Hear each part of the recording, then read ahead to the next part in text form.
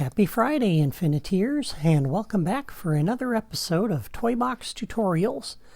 Today's tutorial comes from a question that Wacky asked on my previous episode. He said, do you know how I could add different toys like toy blasters, etc. to my loot chest? And he went on to say that he had seen a toy box named Stitch to the Rescue, or something like that was part of the first bundle of shared toy boxes. And when he finished the toy box, he opened a loot chest that had Stitch's surfboard in it. And he wanted to know how to do that. So I spoke with Lion THD, and he told me that that particular toy box was made by the Disney Infinity developers, which might explain how a pack from a power disc got into the loot chest, because the developers had access to features that were not available to the public. We don't have any way to add packs and tools from power discs to loot chests like these, or to object generators.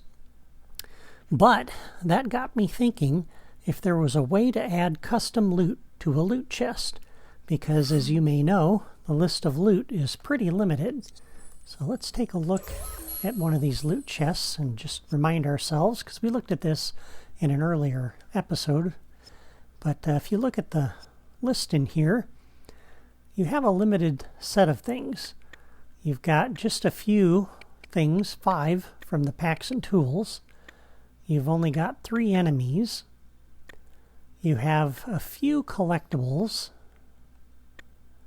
And then everything else is sidekick gear. And so this isn't very useful if you're not using sidekicks, or if you've already unlocked all of the sidekick gear. So what if you wanted to add a pack or a tool that wasn't one of these 5? Or you wanted to add a different collectible than what you've got here? Or you wanted to add a different enemy that pops out of the chest, or even if you wanted to add a friend. What if you wanted to rescue a townsperson that had been locked in a chest? Was that possible? And the answer is yes, it is. And so for today's tutorial, I want to show you how you can add custom loot to a loot chest. And this works for any of the different styles of loot chests, not just this one, but also the Dunbrock one and the Kiln one. All 3 of these work the same way. So let's start with this chest in the middle. All right, and so the loot by default is configured with nothing, and we're going to leave it set that way, okay? And under the properties, we'll just leave all of these set the way they are. And what we're going to do is take a locator and an object generator, and I'm going to connect the object generator, because this is what's going to give us any pack or tool that we want, okay? And we're going to move our locator right over here in front of the loot chest, where the loot would normally come out of the chest. But the loot's not going to come out of the chest, it's going to come off of this object generator. Okay? So we come over to the loot chest, open the logic menu, we'll do a new logic connection. When this is opened, we'll come over to the object generator, and let's put down a hoverboard. Okay. And so now, when we hit the chest to open it, there's our hoverboard. But you'll notice there was a message that came up that said the chest was empty and there was no loot to reward the player. You can make that go away pretty easily. And so let's drop down a button to reset this chest. And I'll show you what to do to fix that. So we'll do a new logic connection when pressed, and we will reset the chest. And let's go ahead and just pick up our loot. Press our button. Chest is reset.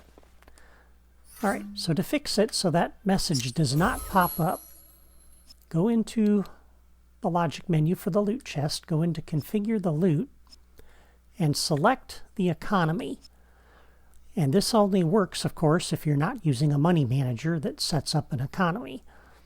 But if you're not using an economy, just set it to that, because the chest will basically give you nothing, not even a warning message.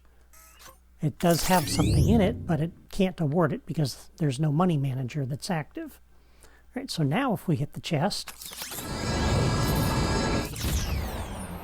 we didn't get the error message, and there's our loot. So we now have a loot chest that gives you something other than what is in that list of loot. So what we did to give loot is we'd use something else besides the stuff in this list. Okay? Now you can use this exact same technique to connect the loot chest up to a friendly wave generator, or an enemy generator, or a friend generator, or an enemy generator. So I have a friendly wave generator, for example. We'll connect this up to the locator in front of this chest. And I have configured this with Pinocchio. And we'll set the generation delay to 0. And I set the properties for him, the behavior, to stand still. And we'll come in here and configure our loot to put in the economy so we don't get that message. And then we'll do a new logic connection when opened. We'll connect up to our friendly wave generator to generate the wave. And so now we'll come over here.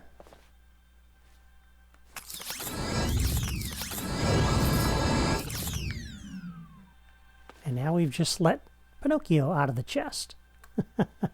Isn't that pretty cool? And let me get rid of this hoverboard so that this doesn't keep activating. Now, you can also use this same trick if you want a physics ball in the chest. So we can hook up a falling object generator to the locator. We can connect this up to that after we set our loot in here so we don't get that error message. And a new logic connection when this is opened. Come over to our falling object generator, and we can put, let's put a golf ball in here.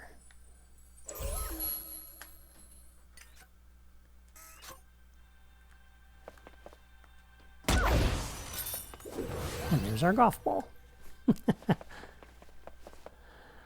And you can use the same trick for anything else. So if you want a collectible or a critter, and we don't have a generator object for that, you can use a replayer.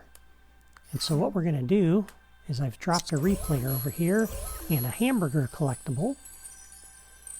Now the hamburger collectible will not sit here where the chest is. So you'd either have to drop it out here or you'd have to move the chest back 2 nudges. Okay, so that's what we'll do. We'll move this out of the way temporarily. And actually, let's just move it over here to the side. We'll come over to our replayer, go into the properties, take the playback interval to 0.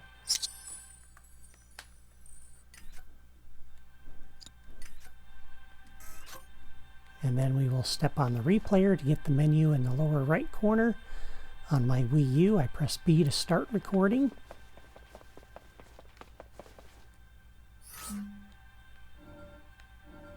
And now we will drop our hamburger right here. And I will exit out of the editor, step on the replayer to get the menu in the lower right once again. I'll press B to stop recording, A to clear. And now we can put the treasure chest back. Once again, we'll configure the loot to select the economy. New logic connection. When this is opened, we'll come over to the replayer and do a playback.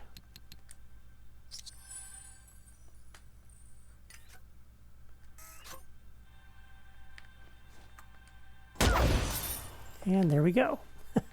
We now have a loot chest that awards a hamburger. So that's how you can add your own custom loot to a loot chest. It's a handy little trick that will greatly expand your options for how you can reward your players. Thank you for watching. Leave a comment before you go and let me know if this tutorial was helpful for you. And if you have any more questions about how to do something in the toy box or a Disney Infinity topic that I haven't covered yet, let me know that in the comments too, and I'll try to help you out. That's all for me today. Have a great weekend.